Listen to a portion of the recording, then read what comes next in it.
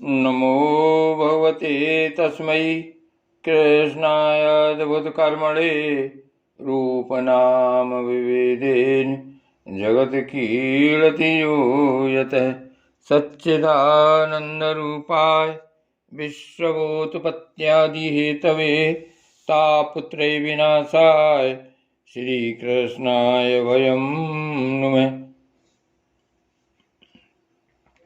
श्रीमद्भागवत महापुराण एकादश स्कंध 17वां अध्याय वर्णाश्रम धर्म निरूपण। उद्धव जी ने कहा, कमल नयन श्री कृष्ण, आपने पहले वर्णाश्रम धर्म का पालन करने वालों के लिए और सामान्यतः मनुष्य मात्र के लिए उस धर्म का उपदेश किया था जिससे आपकी भक्ति प्राप्त होती है।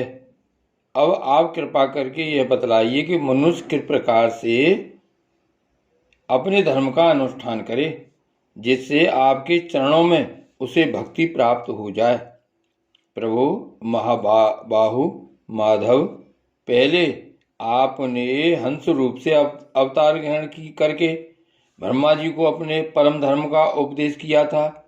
रिपुदमन, बहुत समय बीत जाने के कारण वह इस समय मर्त्यलोक में प्राह नहीं सा रह गया है, क्योंकि आपको उसका उपदेश किए बहुत दिन हो गए हैं। अच्युत, पृथ्वी में तथा ब्रह्मा की उस सभा में भी जहाँ संपूर्ण वेद मूर्तिमान होकर विराजमान रहते हैं, आपके अतिरिक्त ऐसा कोई भी नहीं है जो आपके इस धर्म का प्रवचन, प्रवर्तन अथवा संरक्षण कर सके। इस धर्म के प्रवर्तक, रक्षक और उपदेशक आप ही हैं। आपने पहले जैसे मधु दैत्य को मारकर वेदों की रक्षा की थी, वैसे ही अपने धर्म की भी रक्षा कीजिए। स्वयं प्रकाश परमात्मन, जब आप पृथ्वी तल से अपनी लीला संवरण कर लेंगे तब तो इस धर्म का लोप ही हो जाएगा, तो फिर उसे कौन बतावेगा? आप समस्त धर्मों के मर्मज्ञ हैं, इसलिए प्रभु आप उस धर्म का वर्णन कीजिए जो आपकी भक्ति प्राप्त कराने वाला है, और यह भी बतलाइए कि किसके लिए उसका कैसा विधान है।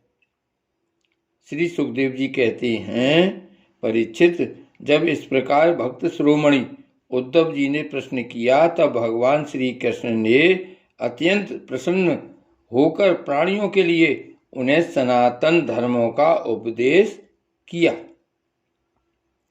भगवान श्री कृष्ण ने कहा, प्रिय उद्धव, तुम्हारा प्रश्न धर्ममय है, क्योंकि इससे वर्णाश्रम धर्मी मनुष्यों को परम कल्याण रूप स्वरूप मोक्ष की प्राप्ति होती है। अतः मैं तुम्हें उन धर्मों का उपदेश करता हूँ, सावधान होकर सुनो। जिस समय इस कल्प का प्रारंभ हुआ था और पहला सतयुग चल रहा था, उस समय सभी मनुष्यों का हंस नामक एक ही वर्ण था। उस युग में सब लोग जन्म से ही कृतकृत्य होते थे, इसीलिए उसका एक नाम कृतयुग भी है। उस समय केवल प्रणव ही वेद था और तपस्या, शौच, दया एवं सतरूप 4 चरणों से युक्त में ही वृषभ रूपधारी धर्म था। उस समय के निष्पाप एवं परम तपस्वी भक्तजन मुझ हंस स्वरूप शुद्ध परमात्मा की उपासना करते थे। परम भाग्यवान उद्धव, सतयुग के बाद त्रेता युग का आरंभ होने पर मेरे हृदय से श्वास प्रश्वास के द्वारा ऋग्वेद, सामवेद और यजुर्वेद रूप त्रयी विद्या प्रकट हुई, और उस त्रयी विद्या से होता अर्धवयु और उद्गाता के कर्म रूप 3 वेदों वाले यज्ञ के रूप से मैं प्रकट हुआ। विराट पुरुष के मुख से ब्राह्मण, भुजा से क्षत्रिय, जंघा से वैश्य और चरणों से शूद्रों की उत्पत्ति हुई। उनकी पहचान उनके स्वभावानुसार और आचरण से होती है। उद्धव जी, विराट पुरुष भी मैं ही हूँ, इसलिए मेरे ही उरु स्थल से गृहस्थाश्रम हृदय से ब्रह्माश्रम, हृदय से ब्रह्मचर्याश्रम, बच्चा स्थल से वानप्रस्थाश्रम और मस्तक से संन्याश्रम की उत्पत्ति हुई है। इन वर्ण और आश्रमों के पुरुषों का स्वभाव भी इनके जन्म स्थानों के अनुसार उत्तम, मध्यम और अधम हो गए हैं। अर्थात उत्तम स्थानों से उत्पन्न होने वाले वर्ण और आश्रमों के स्वभाव उत्तम और अधम स्थानों से उत्पन्न होने वाले के अधर्म हुए। अधम स्थानों से उत्पन्न होने वालों के अधम हुए। सम, दम, तपस्या, पवित्रता, संतोष, क्षमाशीलता, सीधापन, मेरी भक्ति, दया और सत्य ये ब्राह्मण वर्ण के स्वभाव हैं। तेज, बल, धैर्य, वीरता, सहनशीलता, उदारता, उद्योगशीलता, स्थिरता ब्राह्मण भक्ति और ऐश्वर्य ये क्षत्रिय वर्ण के स्वभाव हैं। आस्तिकता, दानशीलता, दंभहीनता, ब्राह्मणों की सेवा करना और धन संचय से संतुष्ट न होना ये वैश्य वर्ण के स्वभाव हैं। ब्राह्मण गौ और देवताओं की निष्कपट भाव से सेवा करना और उसी से जो कुछ मिल जाए उसमें संतुष्ट रहना ये शूद्र वर्ण के स्वभाव हैं। अपवित्रता, झूठ बोलना, चोरी करना, ईश्वर और परलोक की परवाह न करना, झूठ मूठ झगड़ना और काम, क्रोध एवं तृष्णा के बस में रहना ये अंत्यज्ञों के स्वभाव हैं। उद्धव जी, चारों वर्णों और चारों आश्रमों के लिए साधारण धर्म यह है कि मन, वाणी और शरीर से किसी की हिंसा न करे, सत्य पर दृढ़ रहे, चोरी न करें, काम, क्रोध एवं लोभ से बचें और जिन कामों के करने से समस्त प्राणियों की प्रसन्नता और उनका भला हो वही करें। ब्राह्मण, क्षत्रिय तथा वैश्य गर्भाधान आदि संस्कारों के क्रम से यज्ञोपवीत संस्कार रूप द्वितीय जन्म प्राप्त करके गुरुकुल में रहे और अपनी इंद्रियों को बस में रखे। आचार्य के बुलाने पर वेद का अध्ययन करे और उसके अर्थ का भी विचार करे। मेखला, मृग चर्म, वर्ण के अनुसार दंड, रुद्राक्ष की माला, योगोपवीत और कमंडलू धारण करे। सिर पर जटा रखे, शौकीनी के लिए दांत और वस्त्र न धोवे, रंगीन आसन पर न बैठे और कुश धारण करे। स्नान, भोजन, हवन, जप और मलमूत्र त्याग के समय मौन रहे और कच्छ तथा गुप्तेंद्रिय के बाल और नाखूनों को कभी न काटे। पूर्ण ब्रह्मचर्य का पालन करे, स्वयं तो कभी वीरपात करे ही नहीं। यदि स्वप्न आदि में वीर स्खलित हो जाए तो जल में स्नान करके प्राणायाम करे एवं गायत्री का जप करे। ब्रह्मचारी को पवित्रता के साथ एकाग्र चित्त होकर अग्नि, सूर्य, आचार्य, गौ, ब्राह्मण, गुरु, वृद्धजन और देवताओं की उपासना करनी चाहिए तथा सायंकाल और प्रातःकाल मौन होकर संध्योपासना एवं गायत्री का जप करना चाहिए।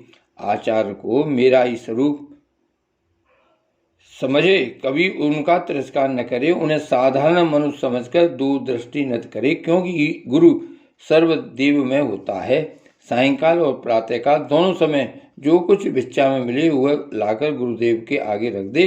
केवल भोजन ही नहीं, जो कुछ हो सब। तदंतर उनकी आज्ञा अनुसार बड़े संयम से भिक्षा आदि का यथोचित उपयोग करे। आचार्य यदि जाते हों तो उनके पीछे पीछे चले। उनके सो जाने के बाद बड़ी सावधानी से उनसे थोड़ी दूर पर सोवे। थके हों तो पास बैठकर चरण दबावे और बैठे हों तो उनके आदेश की प्रतीक्षा में हाथ जोड़कर पास में ही खड़ा रहे। इस प्रकार अत्यंत छोटी व्यक्ति की महान सेवा शुश्रूषा के द्वारा सदा सर्वदा आचार्य की आज्ञा में तत्पर रहे। जब तक विद्याध्ययन समाप्त न हो जाए तब तक सब प्रकार के भोगों से दूर रहकर इसी प्रकार गुरुकुल में निवास करे और कभी अपना ब्रह्मचर्य व्रत खंडित न होने दे। यदि ब्रह्मचारी का विचार हो कि मैं मूर्तिमान वेदों के निवास स्थान ब्रह्मलोक में जाऊं तो उसे आजीवन नैष्ठिक ब्रह्मचर्य व्रत ग्रहण कर लेना चाहिए और वेदों के स्वाध्याय के लिए अपना सारा जीवन आचार्य की सेवा में ही समर्पित कर देना चाहिए। ऐसा ब्रह्मचारी सचमुच ब्रह्मते तेज से संपन्न हो जाता है और उसके सारे पाप नष्ट हो जाते हैं। उसे चाहिए कि अग्नि गुरु अपने शरीर और समस्त प्राणियों में मेरी ही उपासना करे और यह भाव रखे कि मेरे तथा सबके हृदय में एक ही परमात्मा विराजमान है। ब्रह्मचारी, वानप्रस्थ और सन्यासियों को चाहिए कि वे स्त्रियों को देखना, स्पर्श करना, उनसे बातचीत या हंसी मस्करी आदि करना दूर से ही त्याग दे। मैथुन करते हुए प्राणियों पर तो दृष्टिपात तक न करे। प्रिय उद्धव, शौच, आचमन, स्नान, संध्योपासना, सरलता, तीर्थ सेवन, जप, समस्त प्राणियों में मुझे ही देखना, मन, वाणी और शरीर का संयम, यह ब्रह्मचारी, गृहस्थ, वानप्रस्थ और सन्यासी सभी के लिए एक सा नियम है। अस्पर्शों को न छूना, अभक्ष्य वस्तुओं को न खाना और जिनसे बोलना नहीं चाहिए उनसे न बोलना, ये नियम भी सबके लिए ही है। नैष्ठिक ब्रह्मचारी ब्राह्मण इन नियमों का पालन करने से अग्नि के समान तेजस्वी हो जाता है। तीव्र तपस्या के कारण उसके कर्म संस्कार भस्म हो जाते हैं, अंतःकरण शुद्ध हो जाता है और वह मेरा भक्त होकर मुझे प्राप्त कर लेता है। प्यारे उद्धव, यदि नैष्ठिक ब्रह्मचर्य ग्रहण करने की इच्छा न हो, गृहस्थाश्रम में प्रवेश करना चाहता हो, तो विधि पूर्वक वेदाध्ययन समाप्त करके आचार्य को दक्षिणा देकर उनकी अनुमति लेकर समावर्तन संस्कार करावे। स्नातक बनकर ब्रह्मचर्य आश्रम छोड़ दे। ब्रह्मचारी को चाहिए कि ब्रह्मचर्य आश्रम के बाद गृहस्थ अथवा वानप्रस्थ आश्रम में प्रवेश करे। यदि ब्राह्मण हो तो संन्यास भी ले सकता है, अथवा उसे चाहिए कि क्रमशः एक आश्रम से दूसरे आश्रम में प्रवेश करे। किंतु मेरा आज्ञाकारी भक्त बिना आश्रम के रहकर अथवा विपरीत क्रम से आश्रम परिवर्तन कर स्वेच्छाचार में न प्रवृत्त हो। प्रिय उद्धव, यदि ब्रह्मचर्य आश्रम के बाद गृहस्थ आश्रम स्वीकार करना हो तो ब्रह्मचारी को चाहिए कि अपने अनुरूप एवं शास्त्रोक्त लक्षणों से संपन्न कुलीन कन्या से विवाह करे। वह अवस्था में अपने से छोटी और अपने ही वर्ण की होनी चाहिए। यदि कामवश अन्य वर्ण की कन्या से और विवाह करना हो तो क्रमशः अपने से निम्न वर्ण की कन्या से विवाह कर सकता है। यज्ञ, यागादि, अध्ययन और दान करने का अधिकार ब्राह्मण, क्षत्रिय एवं वैश्यों को समान रूप से है, परंतु दान लेने, पढ़ाने और यज्ञ कराने का अधिकार केवल ब्राह्मणों को ही है। ब्राह्मणों को चाहिए, परंतु दान लेने, पढ़ाने और यज्ञ कराने का अधिकार केवल ब्राह्मणों को ही है। ब्राह्मण को चाहिए कि इन तीनों वृत्तियों में प्रतिग्रह अर्थात दान लेने की वृत्ति को तपस्या, तेज और यज्ञ का नाश करने वाली समझकर पढ़ाने और यज्ञ कराने के द्वारा ही अपना जीवन निर्वाह करे। और यदि इन दोनों वृत्तियों में भी दोष दृष्टि हो, परावलंबन, दीनता आदि दोष दिखते हों तो अन्न कटने के बाद खेतों में पड़े हुए दाने बीन कर ही अपने जीवन का निर्वाह कर ले। उद्धव, ब्राह्मण का शरीर अत्यंत दुर्लभ है। यह इसलिए नहीं है कि इसके द्वारा तुच्छ विषय भोगे जाएं, यह तो जीवन पर्यंत कष्ट भोगने, तपस्या करने और अंत में अनंत आनंद स्वरूप मोक्ष की प्राप्ति करने के लिए है। जो ब्राह्मण घर में रहकर अपने महान धर्म का निष्काम भाव से पालन करता है और खेतों में तथा बाजारों में गिरे पड़े दाने चुनकर संतोष पूर्वक अपने जीवन का निर्वाह करता है, साथ ही अपना शरीर, प्राण, अंतःकरण और आत्मा मुझे समर्पित कर देता है और कहीं भी अत्यंत आसक्ति नहीं करता, वह बिना संन्यास लिए ही परम शांति स्वरूप परम पद प्राप्त कर लेता है। जो लोग विपत्ति में पड़े हुए कष्ट पा रहे मेरे भक्त ब्राह्मणों को विपत्तियों से बचा लेते हैं, उन्हें मैं शीघ्र ही समस्त आपत्तियों से उसी प्रकार बचा लेता हूँ जैसे समुद्र में डूबते हुए प्राणी को नौका बचा लेती है। राजा पिता के समान सारी प्रजा का कष्ट से उद्धार करे, उन्हें बचावे जैसे गजराज दूसरे गजों की रक्षा करता है। और धीर पुरुष और धीर होकर स्वयं अपने आपसे अपना उद्धार करें। जो राजा इस प्रकार प्रजा की रक्षा करता है वह सारे पापों से मुक्त होकर अंत समय में सूर्य के समान तेजस्वी विमान पर चढ़कर स्वर्गलोक में जाता है और इंद्र के साथ सुख भोगता है। यदि ब्राह्मण अध्यापन अथवा यज्ञ याग आदि से अपनी जीविका न चला सके तो वैश्य व्रती का आश्रय ले ले और जब तक विपत्ति दूर न हो जाए तब तक करे। यदि बहुत बड़ी आपत्ति का सामना करना हो तो तलवार उठाकर क्षत्रियों की वृत्ति से भी अपना काम चला ले, परंतु किसी भी अवस्था में नीचों की सेवा जिसे स्वान वृत्ति कहते हैं न करे। इसी प्रकार यदि क्षत्रिय भी प्रजा पालन आदि के द्वारा अपने जीवन का निर्वाह न कर सके तो वैश्य वृत्ति व्यापार आदि कर ले। बहुत बड़ी आपत्ति हो तो वे शिकार के द्वारा अथवा विद्यार्थियों को पढ़ाकर अपनी आपत्ति के दिन काट दे, परंतु नीचों की सेवा स्वान वृत्ति का आश्रय कभी न ले। वैश्य भी आपत्ति के समय शूद्रों की वृत्ति सेवा से अपना जीवन निर्वाह कर ले और शूद्र चटाई बुनने आदि कारुवृत्ति का आश्रय ले ले। परंतु उद्धव, ये सारी बातें आपत्ति काल के लिए ही हैं। आपत्ति का समय बीत जाने पर निम्न वर्णों की वृत्ति से जीविकोपार्जन करने का लोभ न करे।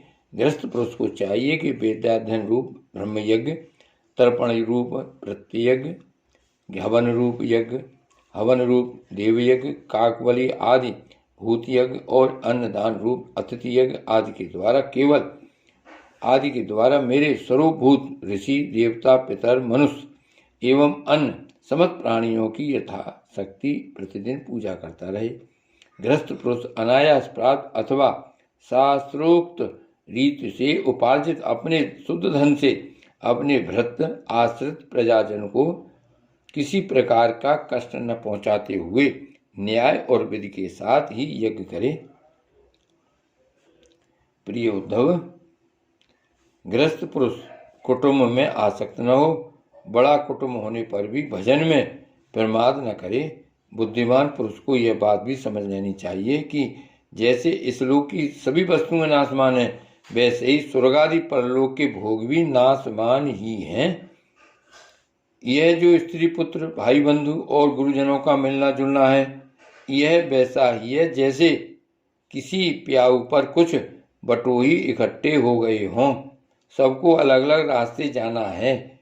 जैसे स्वप्न नींद टूटने तक ही रहता है, वैसे ही इन मिलने जुलने वालों का संबंध ही बस शरीर के रहने तक ही रहता है। फिर तो कौन किसको पूछता है।